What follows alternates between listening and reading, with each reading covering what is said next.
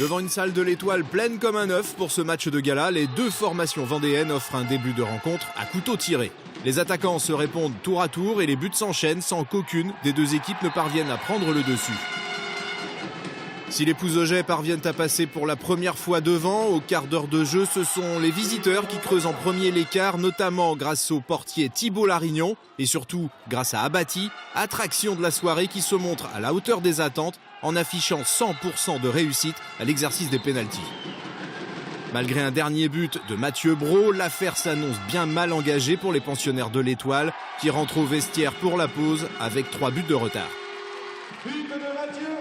J'ai trouvé que les joueurs de Pouzo n'étaient pas très adroits devant le but. Malheureusement, par rapport à beaucoup de fois. Jean-René a su faire reposer ses cadres avant la mi-temps. Je pense que les cadres vont rentrer en deuxième mi-temps et qu'on va les exploser sur la vitesse en deuxième mi-temps. À mon avis, ça va être très dur de gagner le match. Mais bon, on va voir.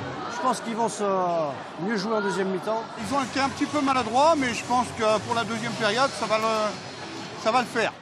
Les supporters du Pouzauges Vendée Handball ont raison d'y croire. Leurs protégés retrouvent le terrain avec de toute autre intention. Les Noirs et Blancs mettent l'accent sur la défense et perturbent ainsi le schéma de jeu mis en place par leurs adversaires. Très rapidement, les joueurs de Jean-René Ragon recollent au score et posent à nouveau d'énormes difficultés au collectif olonnais. Mais les visiteurs ne s'avouent pas vaincus et emmenés par un Joël Albati impérial, auteur de 10 buts, ils offrent une fin de rencontre aussi indécise que palpitante. Quand l'ancien international manque pour la première fois son face-à-face avec Julien Chaudet, les signes ne trompent pas et les Pouzaugeais s'envolent vers une nouvelle victoire à domicile. Le très remarqué Paul Rivalan inscrit son 11e but de la soirée et offre ce derby à son équipe sur le score final de 30-28. Il nous a fallu une bonne mi-temps pour évacuer le stress de la rencontre et également pour trouver la clé tactique. Et en deuxième mi-temps, on les a bien fait déjouer. Donc moi, je suis très satisfait du comportement de mes joueurs. Tous les matchs à l'Étoile sont importants et il y en a quelques-uns qu'on coche au préalable. Et bien évidemment, les derbys contre nos collègues vendéens ou du 44, ce sont à chaque fois des matchs au couteau et on a à cœur de les jouer pour faire valoir la suprématie locale.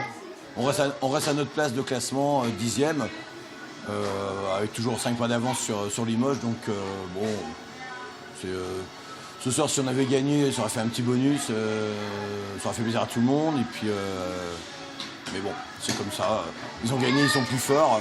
Encore une victoire de prestige pour les joueurs de Pouzauges et son public bouillant, qui espèrent récidiver lors de la venue du HBC Nantes le 26 avril prochain. Et au classement, Nantes et Toulouse sont toujours en tête. Les Pouzaugeais grimpent d'une place et se retrouvent à la 5e place. Les Olonnais sont toujours 10e avec 28 points. Limoges et Bordeaux, Codéran, ferment la marche de ce classement. Et l'événement marquant de ce derby, c'était bien sûr la présence de Joël Abati avec l'équipe.